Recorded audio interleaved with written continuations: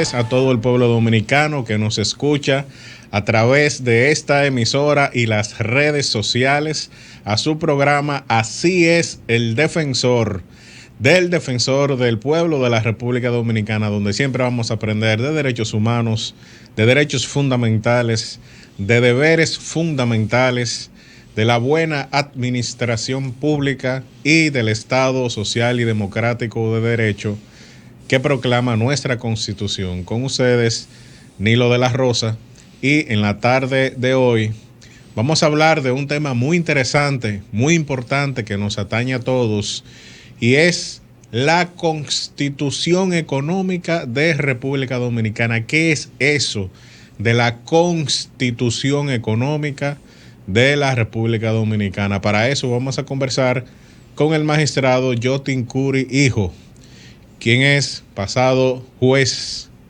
del Tribunal Constitucional de la República Dominicana y especialista, entre otras cosas, en derecho constitucional. No sin antes conocer qué hizo el defensor del pueblo durante esta semana y, por supuesto, nuestro editorial. Comencemos. Queridos amigos, los altos niveles de violencia intrafamiliar y violencia social que se están presentando en la República Dominicana amerita acciones fuertes y contundentes, no solo desde las autoridades gubernamentales como siempre se piensa, también las familias y cada uno de los individuos que componemos la sociedad tenemos una grave responsabilidad de hacer un aporte sustancial a la resolución del problema, o al menos su control efectivo.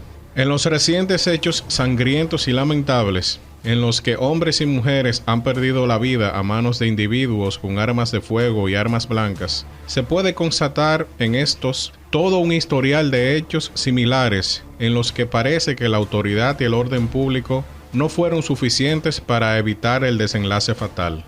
Es común encontrar en esos antisociales y enemigos de la dignidad y los derechos humanos antecedentes delictuales y criminales, tales como homicidio, asesinato, violencia de género, robo agravado, golpes y heridas e incluso tipos penales más complejos como estafas, extorsión y corrupción. ¿Cómo es posible que esos elementos anduvieran sueltos en las calles de nuestro país sin el más mínimo monitoreo o control por parte del Estado? Sin duda alguna, ciertas cosas no están funcionando correctamente en nuestro país. Ciertas cosas llaman a suspicacia, ciertas cosas inquietan hasta el más bravo de los habitantes de la República. Parecería que estamos a merced de la ley de la selva, es decir, la ley del más fuerte, y no a merced de la razón y del Estado de Derecho. Es evidente que debemos hacer un alto y realizar cambios profundos relacionados con la forma en cómo estamos gestionando la violencia en nuestra sociedad. Ojalá que en algún momento las autoridades educativas dominicanas se tomen más en serio la gestión y manejo de las emociones, muy especialmente la ira. Según Lucio Anneo Séneca, filósofo romano de la escuela estoica, esa ira descontrolada es el vicio más detestable en el ser humano, y el individuo iracundo es el más deleznable de la especie humana, puesto que se siente a gusto colocándose fuera del atributo humano más característico, la capacidad de raciocinio. Decía Séneca que la ira es locura breve, porque impotente como aquella para dominarse, olvida toda conveniencia, desconoce todo efecto, es obstinada y terca en lo que se propone, sorda a los consejos de la razón, agitándose por causas vanas, inhábil para distinguir lo justo y lo verdadero, pareciéndose a esas ruinas que se rompen sobre aquello mismo que aplastan. Queridos amigos, nos hemos dado cuenta de que todavía subsiste entre nosotros un espíritu de barbarie y de salvajismo. O nos proponemos a civilizar por completo a nuestro país, o todos viviremos bajo el imperio de unos pocos individuos cuyo nivel de irracionalidad no dista mucho de los animales. Muchas gracias. Pablo Ulloa, defensor del pueblo, sostuvo una reunión en la Embajada de los Estados Unidos con Greg Segas, cónsul general de los Estados Unidos en el país. Durante el encuentro, pasaron balance al ciclo de encuentros regionales que realizó el defensor en el marco de la estrategia La Vuelta a SRD, por medio de la cual a la población se le orientó sobre las oportunidades que ofrece la República Dominicana para quienes quieran superarse desde aquí y sobre la importancia de migrar de manera regular respetando las leyes. En la misma reunión también se abordaron iniciativas que llevarán a cabo con la Embajada Americana. En otro orden, en el marco del proceso de implementación de las normas ISO 37301 e ISO 37001, el Defensor del Pueblo coordinó el panel Estrategias de Cumplimiento Gubernamental, en el que participó todo el personal del Defensor del Pueblo, así como destacados panelistas, dentro de ellos Tania de León, Argenis García, Karina Concepción y Roberto Medina como moderador. El propósito fue identificar las obligaciones legales tanto internas como externas para gestionar los riesgos de cumplimiento y fomentar una cultura de integridad, prevención de incumplimientos y lucha contra la corrupción administrativa. Este paso refleja una vez más el compromiso del Defensor del Pueblo con la transparencia y la integridad en línea, los valores y misión institucional del Defensor del Pueblo. Finalizamos en la justicia porque la 9ª Sala Penal del Distrito Nacional reenvió el conocimiento de juicio de fondo contra la coronela Isabelita de los Santos Pérez, adscrita en la Dirección General de Seguridad de Tránsito y Transporte Terrestre DGCET, y otros implicados en la agresión contra el Defensor del Pueblo y miembros de la prensa en el canódromo. La jueza apoderada fijó la continuación del caso para el miércoles 18 de octubre del año en curso a partir de las 9 de la mañana a solicitud del Ministerio Público. Desde el día 3 de octubre se desarrolló el 27º Congreso de la Federación Iberoamericana Ombudsperson en Barranquilla, Colombia, espacio que reúne a todos los defensores del pueblo e instituciones de derechos humanos. En este evento, Pablo Ulloa participó activamente desarrollando intervenciones y ponencias en cumplimiento de su rol de presidente de la Federación Iberoamericana de Ombudsperson como defensor del pueblo de la República Dominicana. Fue parte, entre otras, de la reunión de la Red de Defensoría de Mujeres junto a Ana Leticia Martich, primera adjunta del Defensor del Pueblo. Además, nuestro secretario general, Harold Modesto, integró la mesa de trabajo de la Red de Movilidad Humana y Trata de Personas.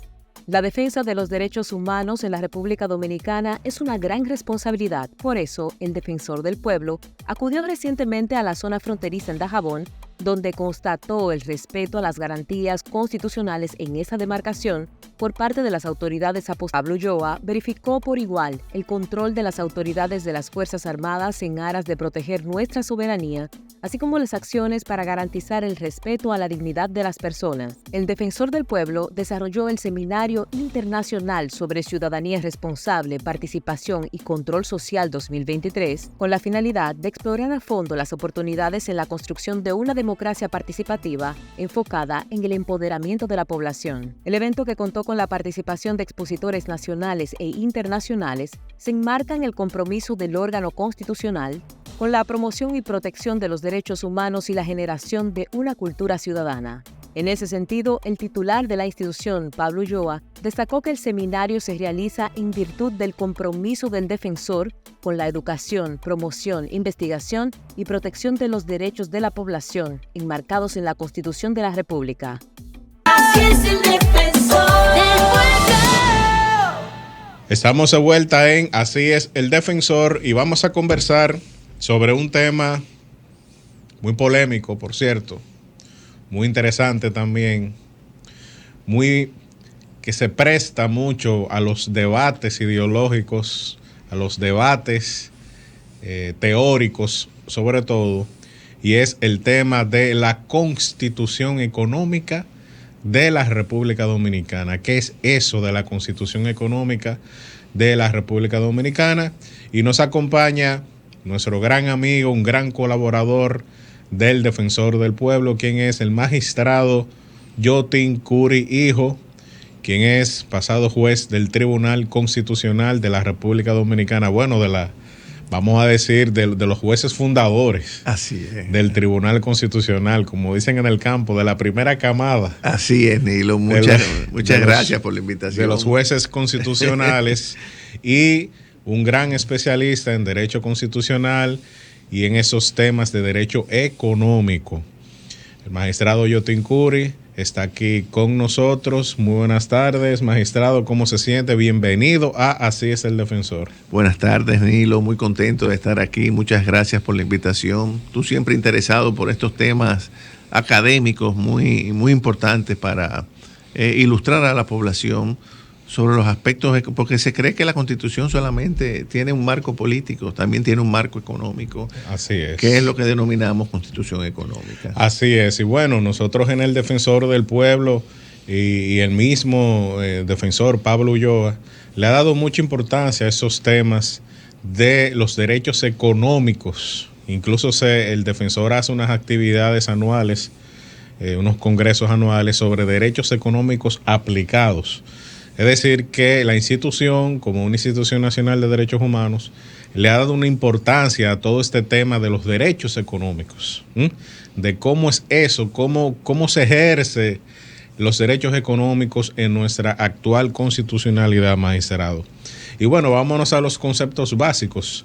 ¿Qué debemos de entender por constitución económica en el marco de nuestra constitucionalidad? Bien, Nilo.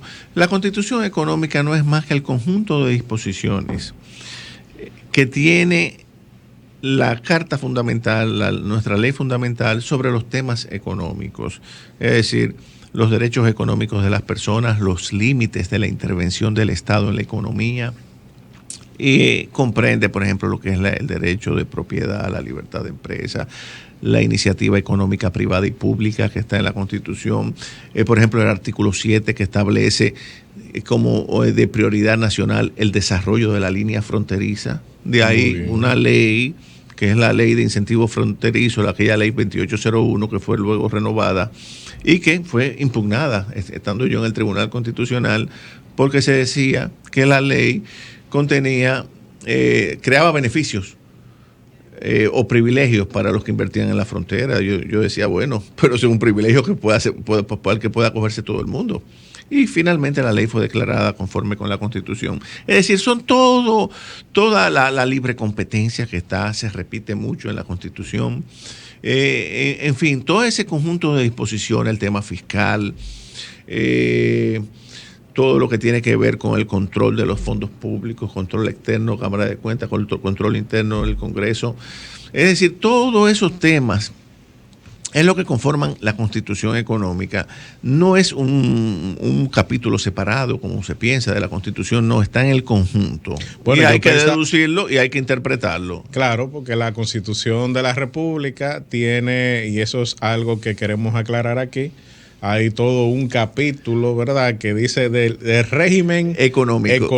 Después habla del tema presupuestario del Estado, correcto, etcétera, etcétera. Parece como que primero nos vamos a lo privado y después a lo público. Entonces, lo que usted quiere decir entonces es que lo que llamamos constitución económica no es solamente el título de régimen económico. No, porque por ejemplo la propiedad privada, la libertad de empresa es constitución económica. O sea, está disperso, vamos a decir, en la Constitución.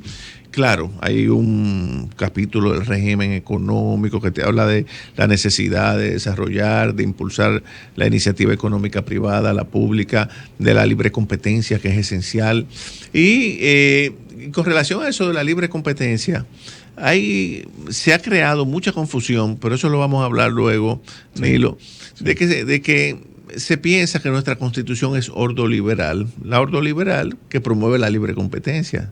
Sí, se promueve, pero nuestra Constitución no es ordoliberal, sino intervencionista, porque prevé, no es ni completamente, establece un equilibrio entre la iniciativa económica privada, la pública y la intervención del Estado.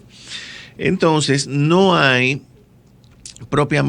ni enteramente socialista, ni enteramente capitalista. Se va a un punto medio. Es decir, que la Constitución Dominicana del año 2010. Estamos hablando de esa Constitución, nuestra Constitución vigente. Estamos hablando de que en cierta manera ha establecido una especie de tercera vía económica. Bueno, podría decirse que sí, porque fíjate, originalmente teníamos el liberalismo, Nilo, donde hay que ver la relación Estado-sociedad. Cuando el Estado interviene mucho en la sociedad, entonces se puede producir lo que es una economía dirigida, una economía socialista, y cuando no interviene, que era el liberalismo, entonces las libres fuerzas del mercado operan de manera abierta. ¿Qué ocurre? Que ambos extremos son malos. Así es. Porque se crean muchas desigualdades sociales con el liberalismo. Con el socialismo, por el contrario, se aniquila la iniciativa privada. Entonces, ¿cuál es el sistema ecléctico que toma lo mejor de cada uno? El sistema intervencionista. Una economía donde el Estado interviene hasta cierto punto, pero respetando el contenido esencial de algunos derechos fundamentales como la libertad de empresa. Muy bien. Y esto surge luego, Nilo, como tú sabes, luego de la Segunda Guerra Mundial. Para reconstruir a Europa fue preciso. Sobre todo en Alemania. En Alemania, correcto. Fue necesario buscar esa fórmula, ese término medio, que es lo que ha prevalecido. Porque sabemos que ambos extremos son igualmente nefastos. Magistrado, en la Constitución de la República se establece todo lo fundamental, como todo el texto constitucional, se establece algunas cuestiones territoriales y habla de zonas económicas exclusivas, del mar, territorial, etcétera, etcétera. Eso también forma parte de lo que ese aprovechamiento de los recursos naturales, de los recursos marinos en este caso. Sí. Eso también pudiéramos decir, bueno, ese aprovechamiento de lo sostenible de los recursos naturales también forman parte de todo ese conglomerado que pudiéramos llamar Constitución Económica de República Dominicana. No propiamente de la Constitución Económica, Nilo, pero sí se relaciona, obviamente, porque tiene que ver con el aprovechamiento de los recursos y la explotación de los mismos, que debe ser siempre adecuada. Con relación, ahora que tú hablas del mar, yo leí una tesis muy interesante sobre la sobreexplotación marítima que hay, lo cual está llevando al peligro y a la desaparición de muchas especies. Es decir, sí, guarda relación, pero no es propiamente parte de la misma, sino los temas centrales económicos que vimos y que resultan sumamente importantes, porque fíjate, el concepto de constitución económica ha ganado mucho terreno en Europa y en todas partes. Y hoy día, por ejemplo, el tema del equilibrio presupuestario. El equilibrio presupuestario fue consignado en Europa con el Tratado de Maastricht. Eso obliga a los estados a mantener ese equilibrio para no endeudarse excesivamente, y eso lo consignaron en un texto constitucional. Así es, y sí. Bueno, esa es una de las características fundamentales de todo el funcionamiento de la Unión Europea. De la Unión y Europea. de lo que le impone a los Estados miembros de la Unión. Y bueno, exacto. Vamos a una breve pausa y regresamos inmediato con el magistrado Yotin Curijo. Así es el defensor del pueblo.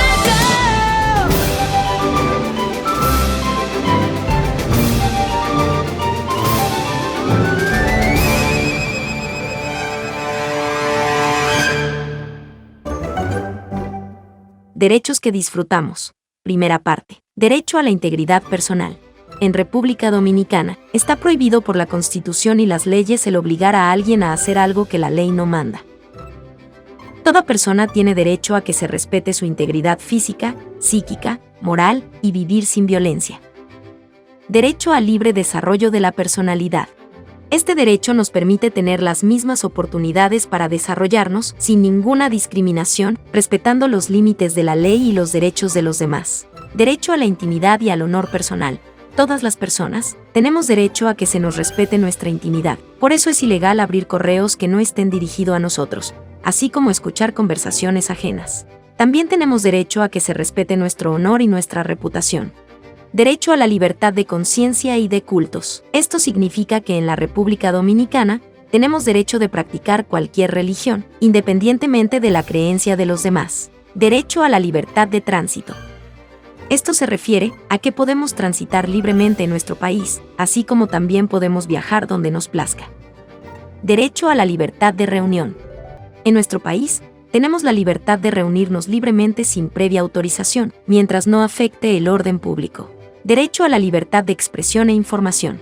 Toda persona tiene el derecho de expresar libremente sus pensamientos, ideas y opiniones por cualquier medio, sin que pueda establecerse censura previa. En los próximos capítulos, veremos más derechos que tenemos en la República Dominicana.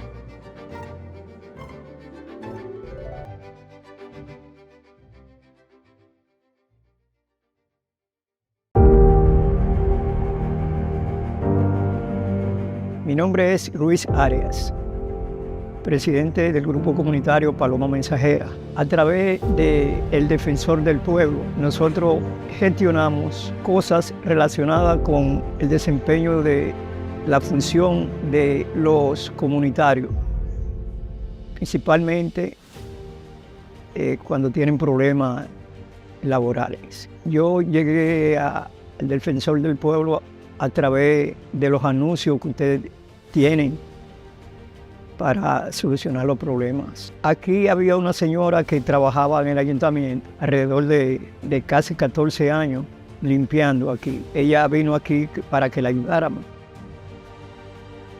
Soy Santa Anselma Vizcaíno Igual.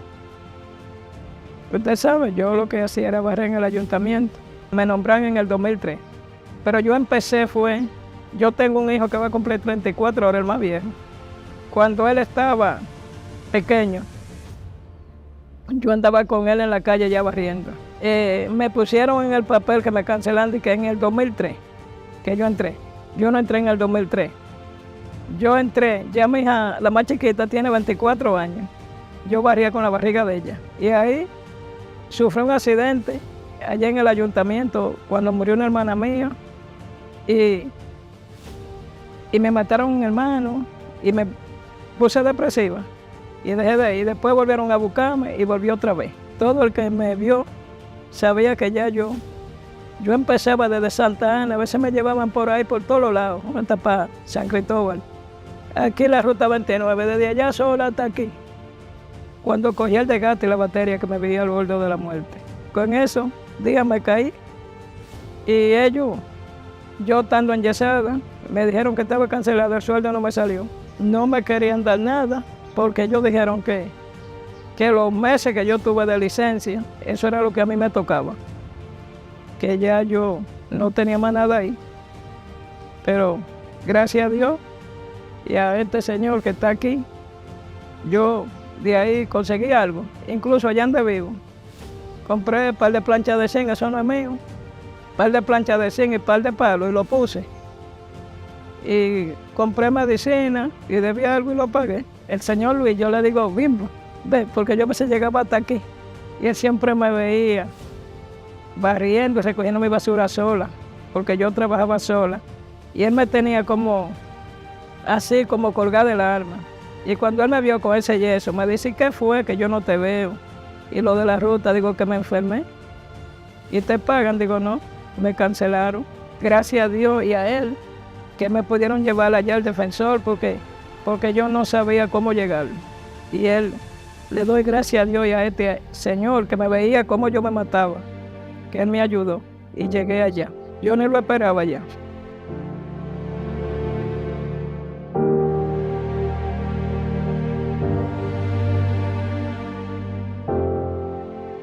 Así es el defensor del pueblo. Continuamos con el magistrado Yotin Curi Hijo conversando sobre, más que conversando, aclarando todos esos aspectos que nosotros llamamos como Constitución Económica de la República Dominicana. Magistrado, antes de irnos a la pausa, usted mencionó de que la Constitución de la República, nuestra Constitución, no habla directamente de ordoliberalismo. No.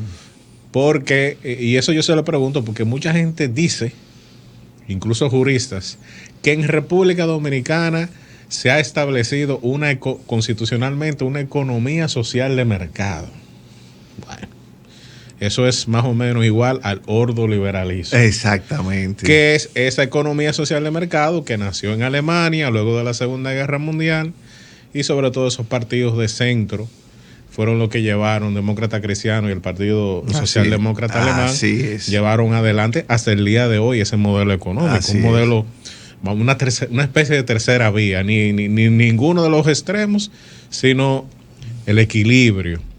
¿Qué es eso de economía social de mercado para que la gente entienda? ¿Y por qué genera esa confusión? Que aquí todo el mundo cree que hay economía social de mercado. Fíjate. Porque la Constitución peruana, déjeme decirle, la estuve leyendo hace un par de días, y la de Perú sí dice La de Perú sí. Claramente. Sí, es Economía correcto. social de mercado. mercado. Y lo fui a buscar en la Dominicana y no lo encontré. Me da la idea, pero no lo dice. No, mira lo que pasa, Nilo.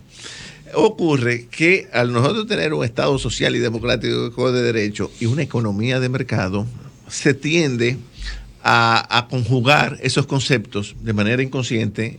E incluso un expresidente de la República llegó a decir que teníamos una economía social de mercado y otros políticos. No es verdad. No es verdad. Oye, yo no lo culpo porque yo creía que sí. No. Cuando lo analicé a fondo, vi Eso, que no. eso es algo que pasa, es imperceptible. Muy poca gente se puede dar cuenta de eso. Sí. La mayoría lo cree. ¿Por qué? Porque tenemos la economía social del mercado se basa en la libre competencia. Es la escuela del ordoliberalismo alemán que fue impulsado por Walter Eucken, que fue quien propuso ese sistema, ese modelo económico. Ordoliberalismo no es más que un nuevo liberalismo sobre bases económicas transparentes. De ahí más humanizado. Más humanizado, correcto. Más lejos de ese capitalismo salvaje, más humanizado. Un poquito de socialismo. Exactamente. O sea, el equilibrio. Lo que el equilibrio. Pero no es propiamente ordoliberal. Nuestra constitución económica es realmente intervencionista porque el ordoliberalismo no contempla la intervención estatal. Y en la nuestra sí. Tan acusada como la nuestra sí. Ahí es que está la diferencia. Entonces, esa tendencia de decir una economía social de mercado, no. Tenemos una economía de mercado, claro, con matices sociales, pero no una economía social de mercado propiamente, que es, eso lo explica muy bien Oscar de Juan Asenjo en su libro Constitución Económica, donde él analiza la Constitución Económica española y concluye lo que estamos diciendo aquí. Es intervencionista, no es una economía social de mercado, porque no sigue los postulados a pie juntillas de la escuela de Eucken, ¿entiende? Y de todos los ordoliberales, sino tiene algunos aspectos, pero no seguimos fielmente los postulados de esa escuela que, como tú bien señalas, los alemanes sí la han seguido de manera invariable después de la Segunda Guerra Mundial, y eso ha contribuido a sacarlos, muchos dicen, de ese marasmo económico en que quedaron después de la guerra, y ningún partido político, ninguna organización se ha atrevido a cuestionar esos postulados. Le han dado continuidad independientemente de quién gobierne en Alemania, de manera que ellos sí tienen ese marco ordoliberal que se lo han impuesto a la Unión Europea. Por ejemplo, eso del equilibrio presupuestario, esa economía férrea de disciplina fiscal, pero que nosotros no tenemos esa. O sea, nosotros no tenemos, ¿me entiendes? Nosotros tenemos mayor libertad de endeudamiento. Sí. Fíjate, cuando el tema de ellos tienen topes constitucionales de endeudamiento. Y eso se lo impusieron a los franceses, exacto, a los italianos, a los españoles. Y a los españoles. Claro, también. A todo el mundo. Porque ese es el ordoliberalismo. No nos confundamos, ¿tú me entiendes? Pero fíjese, sí, magistrado, que fíjese cómo las normas a veces responden mucho a la cultura. Es que la cultura alemana es así. Es así, disciplina. Son gente mucho más disciplinada, mucho más organizada desde el punto de vista cultural. Y así su cultura la llevan a las normas. La llevan a las normas, claro. Y como es la locomotora de Europa, obviamente, es quien lleva el liderazgo económico, se le impone a los demás países. Pero nosotros, propiamente hablando, es una economía, como te decía, intervencionista, moderada, donde el Estado puede intervenir, puede crear incentivos fiscales, regular es la palabra, crear incentivos fiscales, reducirlos, según manipular para que la economía funcione. En el ordoliberalismo esas técnicas no funcionan. Okay. Pero por eso te digo, esa confusión es muy común entre nosotros, pero no tenemos una constitución económica ordoliberal ni una economía social de mercado en la República Dominicana. Y el hecho de que el Estado Dominicano tenga lo que antes se llamaba el CORDE, el llamado CORDE, y después tuvo otro nombre, Tiene las EDES, que son empresas, también son propiedad del Estado. La empresa de transmisión de electricidad también es del Estado. Es decir, el Estado dominicano conserva muchas empresas. Sí, todavía, a pesar del proceso de capitalización. A pesar de ese proceso que hubo vamos a decir, de privatización. De privatización, sí. Y bueno, y uno se queda pensando, bueno, realmente es un Estado que conserva esas ínfulas, vamos a decirlo así, de otro tipo de Estado que son más o menos los socialistas que tienen medios de producción en sus manos. ¿Te parece que el Estado dominicano sí es intervencionista hasta cierto punto? Sí, claro, es intervencionista y ciertamente, aunque ha privatizado numerosas empresas, todavía conserva bastante. Y yo entiendo que debe conservarla, Nilo, porque traspasar los bienes al sector privado no es tampoco la mejor opción. Yo creo que debe haber un equilibrio en ese proceso y el Estado siempre debe tener el liderazgo en la economía. Sobre todo en algunos sectores estratégicos. En sectores estratégicos. Porque usted me habla de puertos, de aeropuertos, claro, de electricidad, el transporte. Claro. Que en República Dominicana es privado. Así es. Eso es otro tema. Ese es otro tema. Aquí. Así es. Magistrado, bueno, ya concretamente en cuanto a derechos fundamentales, el individuo, ¿cuáles son esos derechos fundamentales que están relacionados directamente con la Constitución económica de la que estamos hablando? Bueno, fundamentalmente el derecho de propiedad. Muy bien. Y la libertad de empresa, 50 y 51 de la Constitución. Hay quienes confunden lo que es derecho fundamental con un garantía institucional. Son dos cosas diferentes. El derecho fundamental es la imposibilidad del legislador de intervenir en esferas privativas del individuo, sino hasta cierto punto. O sea, el individuo tiene derecho, por ejemplo, a la libertad. El Estado no puede intervenir más allá de determinados límites. La garantía institucional es otra cosa que la gente también tiende a confundir. La garantía institucional es una institución en que el Estado puede intervenir y manipular, pero que no está expresamente definida en la Constitución. Por ejemplo, el mercado. El mercado es la garantía institucional.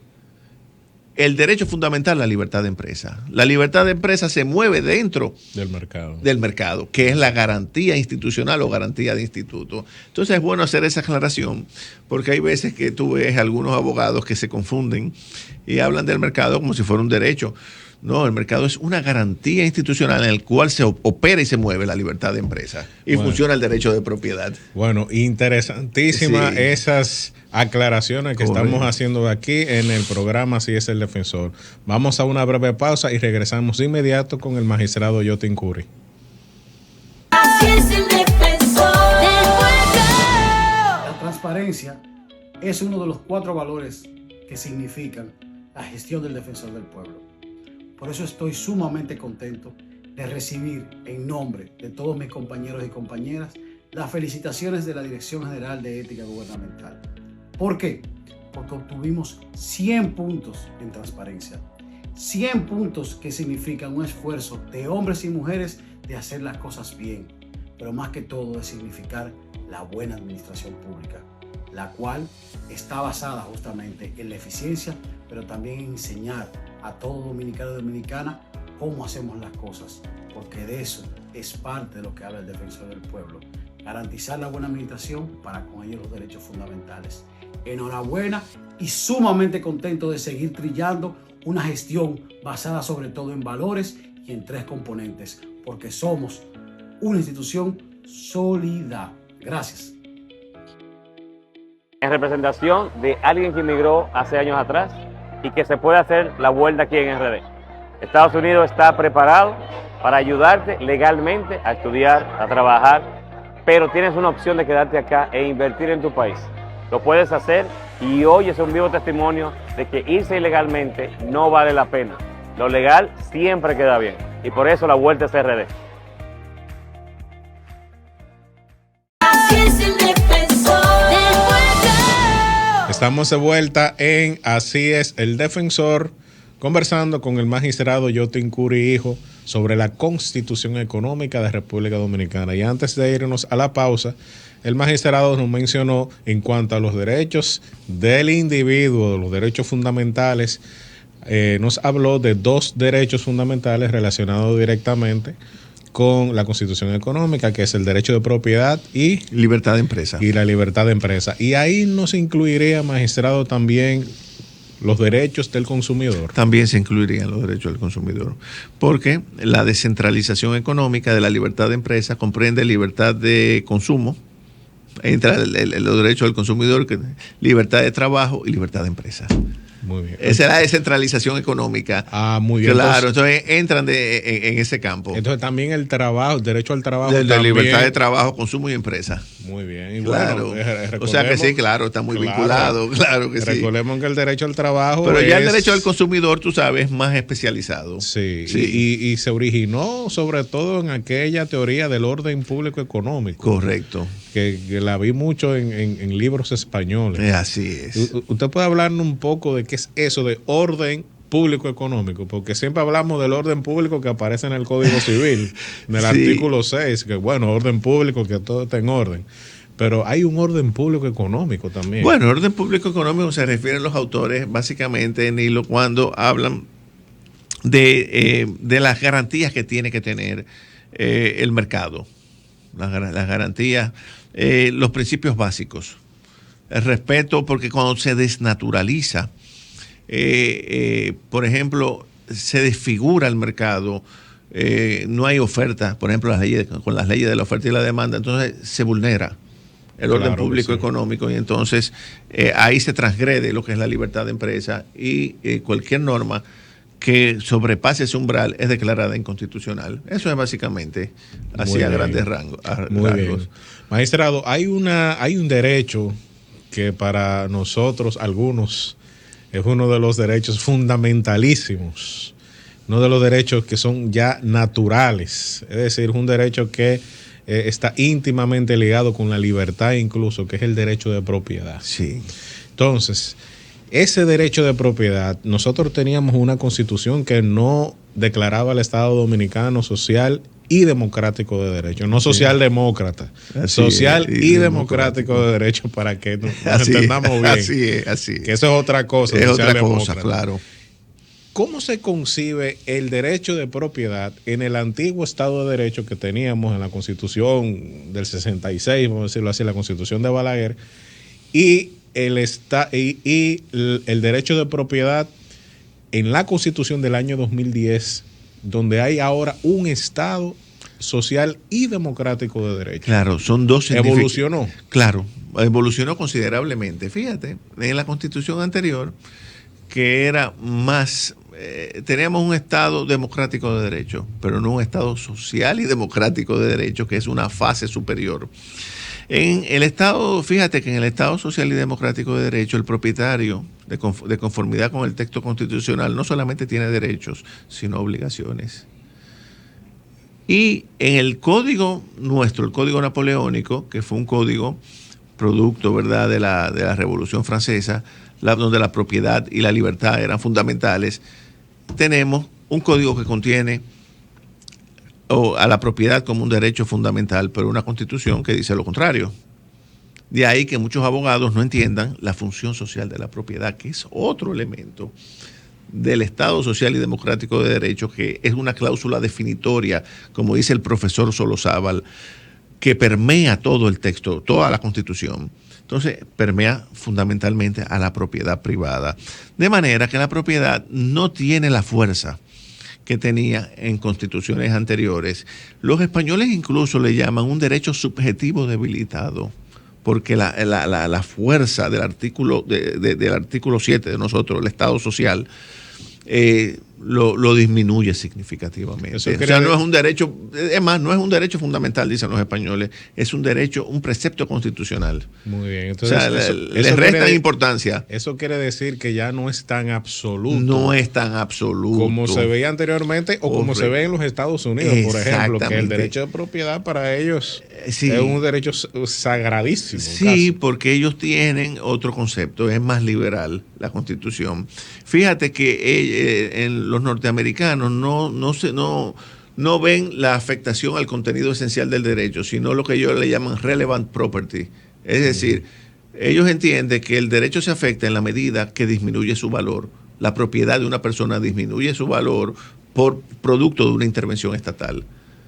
O sea, si esto me valía X y ahora me vale esto por la intervención del Estado, entonces ellos seguían mucho del aspecto económico para conceder indemnización.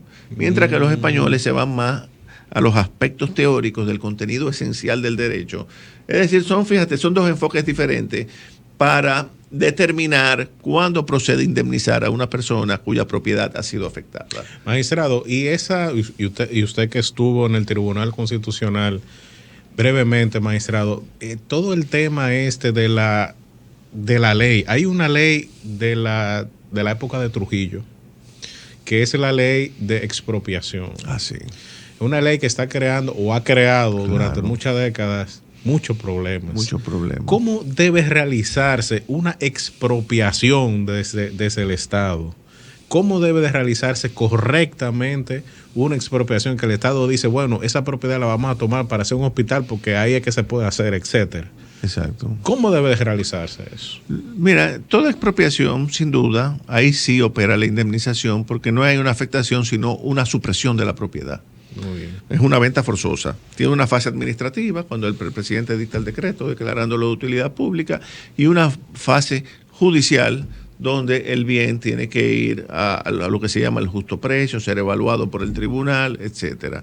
¿Qué debe hacerse? Cumplir con el proceso legal. Lo que ha ocurrido entre nosotros, Nilo, tradicionalmente, es que se expropia, pero no se paga. Entonces, se ha acumulado una deuda enorme. Tú no te imaginas la cantidad de casos que hay en el Tribunal Constitucional, donde de gente reclamando. Eso viene naturalmente del Tribunal Administrativo, pasa al Constitucional y hay un montón de casos de gente reclamando propiedad, incluso de la época de Balaguer, por ejemplo, los dueños del Jardín Botánico, y muchos casos, el Aeropuerto Internacional de las Américas y muchísimos casos más, donde muchas veces los propietarios originales han fallecido, son los herederos. Y una vez el presidente del tribunal propuso que obviamente no podríamos nosotros fallar todos esos casos porque es una carga muy fuerte para el Estado, pero sí propuso el presidente del tribunal una ley de bonos a fin de honrar todas esas expropiaciones que durante décadas, años, no han sido pagadas. Entonces aquí se ha vulnerado, no se ha seguido el debido proceso. Y de ahí, esa mafia que hubo, ya tú sabes, el gobierno pasado, el gobierno que no vamos a entrar en eso, con el tema de las expropiaciones, ya eso, que ya ese es otro tema. Ya eso es competencia del Ministerio Público. Bueno, pero es producto de todo lo que estamos hablando. Claro, y a propósito de lo que usted hablaba de la función social del derecho de propiedad, recuerdo aquella encíclica del Papa Juan Pablo II, Laborem Exercens, que habla de la hipoteca social. El Papa Juan Pablo II habla de la hipoteca social del derecho de propiedad, señalando que no es un derecho tan absoluto como a veces nosotros creemos. Y bueno, vamos a una breve pausa y regresamos de inmediato. Así es el defensor del pueblo. ¿Te has preguntado qué hace el defensor del pueblo? Nuestra institución contribuye con la defensa de la buena administración y los derechos fundamentales. ¿Cómo lo hacemos? Intermediamos en conflictos que puedan darse entre los ciudadanos y las instituciones del Estado. Vigilamos y supervisamos las actuaciones ilegales, arbitrarias o erróneas de las instituciones y funcionarios del Estado.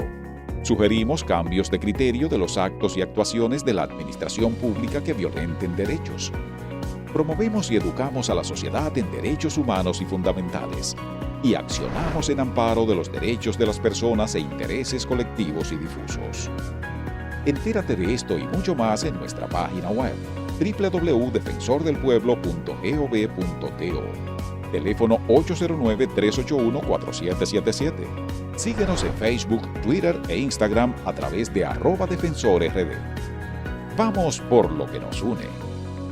Así es el defensor del pueblo. Continuamos con nuestro programa Así es el Defensor, con el magistrado Yotin Curihijo, conversando sobre la Constitución Económica de República Dominicana. Magistrado, ¿cuáles son las principales instituciones que crea el Estado Dominicano para el régimen económico en nuestro país? Básicamente, ¿cuáles son esas instituciones que tienen esa labor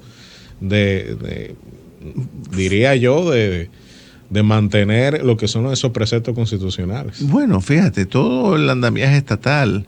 Tenemos, por ejemplo, el Banco Central, que juega un papel fundamental en la política económica, política macroeconómica. Tenemos el gobierno central con el tema de la política fiscal.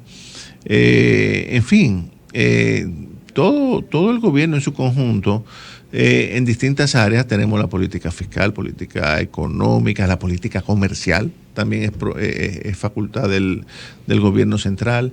Todo ese conjunto de todas las instituciones que tienen que ver con esas tres áreas, lo comercial, lo fiscal y lo económico, son áreas fundamentales que tienen que ver con la constitución económica de un Estado.